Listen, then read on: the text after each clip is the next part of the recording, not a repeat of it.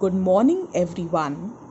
Yesterday, we had begun with a new chapter where, when, and how. Introduction. In India, the modern period begins with the establishment of British rule under East India Company. With the establishment of British rule, several major changes and developments took place in the political, economic, social, and cultural life of India. So, as you see the introduction, right, we can understand we'll be studying about the modern period of history, which began in India with the establishment of the East India Company. How the history of India took another turn, how we moved from medieval to modern period, right, and what was the impact of British rule on India. We'll be studying about these topics in this chapter. Because when the Britishers had come to India, it wasn't just the Britishers, but even they brought a new culture to India, a new exposure to the women section of our society, a different kind of education, right? So a lot of changes we had observed in the political field, in the economic field, in the social as well as in the cultural life of India with the coming of Britishers. Now, major developments which we have already discussed, with the coming of the British, new systems of administration, laws, revenue collection were introduced in India.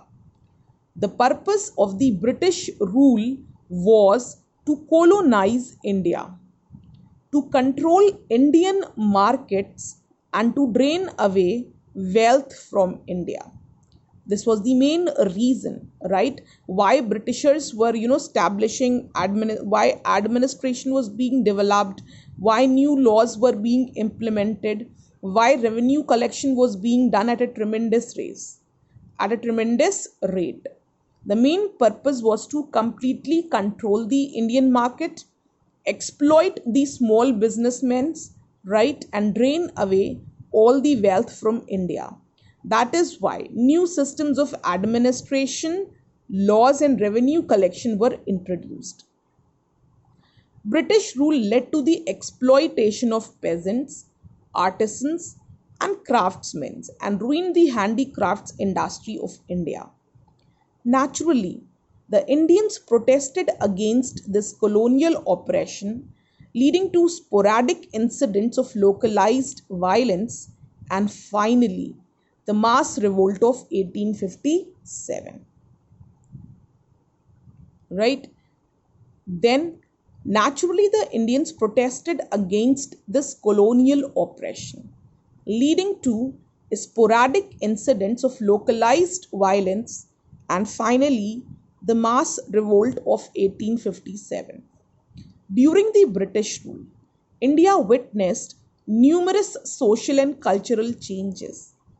The Western education and its far reaching impact left the utmost mark on the intelligentsia. What is this intelligentsia? The intellectual class, the high class of any society. During the British rule, a number of social legislations were passed to prevent child marriage, sati, and female infanticide. This was the positive thing they have done. They have put a ban on child marriage, sati, and female infanticide. Laws were passed to improve the condition of the widows and impart education to women.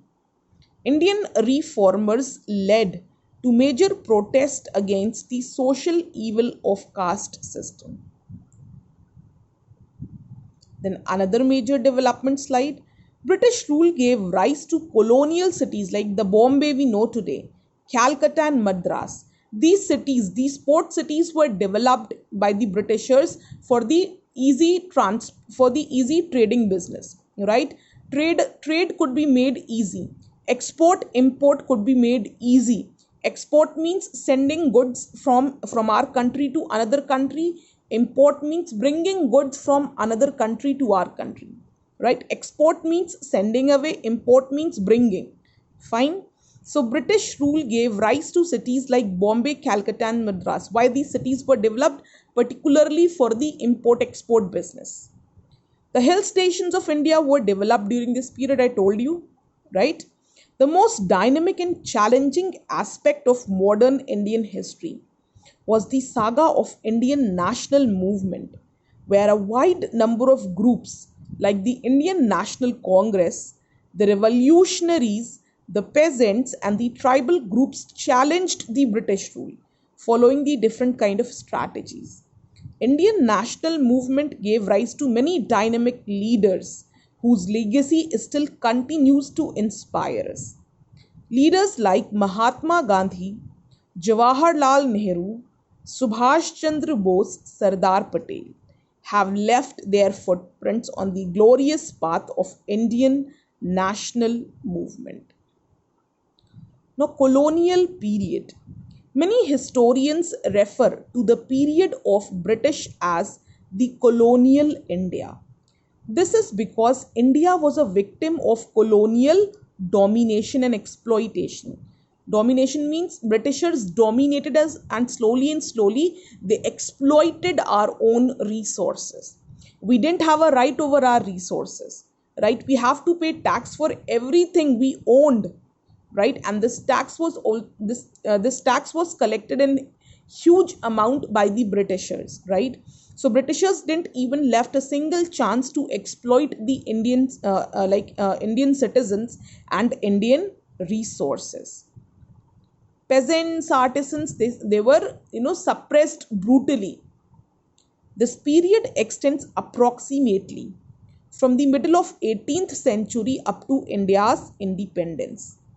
This period tells us how the British established their control over India's political and economic system, and how India's culture and society came under the influence of the British rule, excluding a few. This was a dynamic period also in the world history, as during this period, events like the Russian Revolution, the French Revolution, American War of Independence, First and Second World War took place. So nationalism feeling, that fight for freedom, that struggle for freedom was not just going on in India, but this period of colonization, right? This period of colonization in India, right? In this period of colonization of India, even there was a different world history going on. Even different countries around the world were fighting their own struggle for freedom. Be it Russia, be it French, even these nations were fighting their struggle for freedom. Now, class, you will go through these slides once again.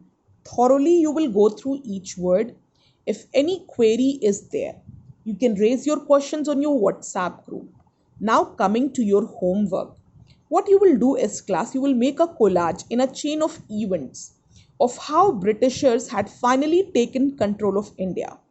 Their history from a trader to being a colonizer in a chain form, because they had come for trading purpose only.